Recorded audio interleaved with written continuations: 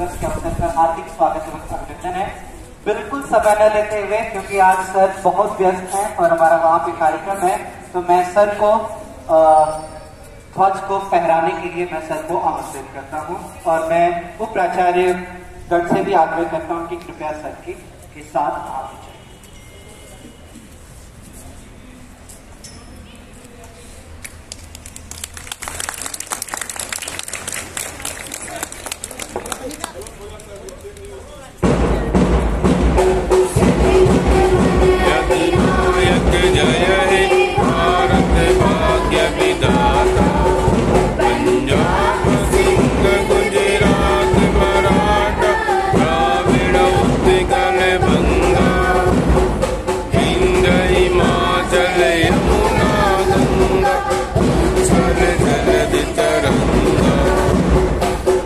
सुबह में जागे तब सुबह आशीष मांगे, गाहे तब जय गाथा गण मंगल गायक जय हे भारत भाग्य विधाता।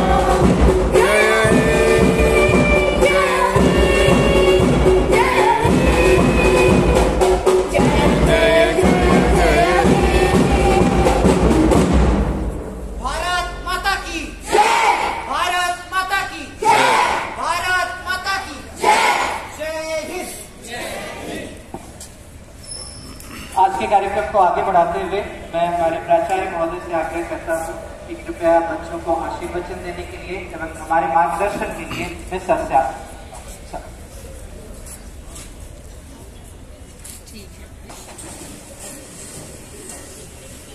सभी को सुप्रभात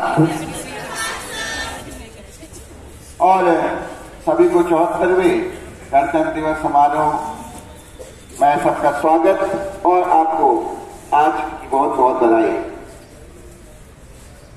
बच्चों और साथियों, क्योंकि जैसा आप देख रहे हैं कि हम लोगों के ग्राउंड में आज हमारे माननीय जिलाधीश महोदय ध्वजारोहण करेंगे, लेकिन विद्यालय की परंपरा के हिसाब से ये बहुत ही छोटा सा कार्यक्रम रखा गया।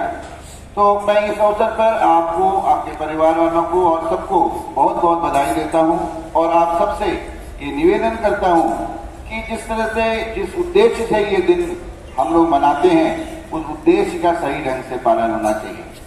मैं ज्यादा टाइम नहीं लूंगा, केवल एक बात करूंगा कि लोकतंत्रात्मक देश हमने चुना, लेकिन गणतंत्र अलग से क्यों आया?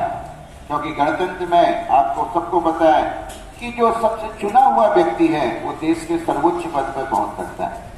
बहुत सारे ऐसे देश है जहां लोकतंत्र है लेकिन वो गणतंत्र नहीं है, क्योंकि आपके बहुत सारे मोनार्की के साथ भी लोकतंत्र हो सकता है, लेकिन गणतंत्रात्मक आज हमारे यहाँ पे हर एक के पास ये अपॉर्चुनिटी है कि वो देश के सर्वोच्च पद देश का क्या है? हमारे बच्चे बताएंगे सर्वोच्च पद क्या है? राष्ट्रपति का पद है, क्योंकि जिनके नाम से देश का शासन सब चलता है।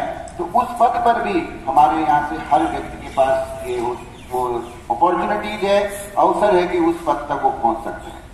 तो ये इसी देश में संभव है, उसके लिए हमको एक जिम्मेदार नागरिक बनना पड़ेगा। हम सबको अपना कर्तव्य अच्छे से पालन करना पड़ेगा, क्योंकि हम लोग अपने हमेशा अधिकारों के प्रति बहुत सजग रहते हैं। आज के टाइम में और ज्यादा सजग हो गए हैं, बट अपनी जिम्मेदारियों के प्रति उतना ही नेग्लेक्ट करते हैं। तो एज ए अच्छे सिटीजन, जो आप एक अच्छे नागरिक के रूप में, हमारी सबकी ये जिम्मेदारी है कि हमको अपने नागरिक ही उतना ही अच्छा बनना है। क्योंकि आपने देखा है कॉन्स्टिट्यूशन में आप पढ़े, हम फंडामेंटल राइट्स की बात करते हैं। बहुत से लोग हमारे फंडामेंटल राइट्स हैं, सबसे पूछें कि फंडामेंटल ड्यूटीज क्या है, गायब हो जाते हैं। तो फंडामेंटल ड्यूटीज भी उतनी इंपॉर्टेंट है। कहते हैं हमको कॉन्स्टिट्यूशनल राइट है ये, तो कोई बोलता नहीं मेरा कॉन्स्टिट्यूशनल ड्यूटी है ये। कोई अपने कहीं सुनते हुए देखा किसी को कि मेरी ये ड्यूटी है, मैं ड्यूटी निभा के रहूंगा? नहीं, मेरा राइट है, मेरे राइट का उल्लंघन क्यों हो रहा है, इस पर ज्यादा जागरूक हो। तो हमें एक अच्छे नागरिक बनने के लिए ये जरूरी है कि हम अपने दायित्वों को भी उतने अच्छे से निर्वहन करें जितने अच्छे से हम अपने कर्तव्य, मतलब अपने जो हमारे अधिकारों के प्रति सजग होना।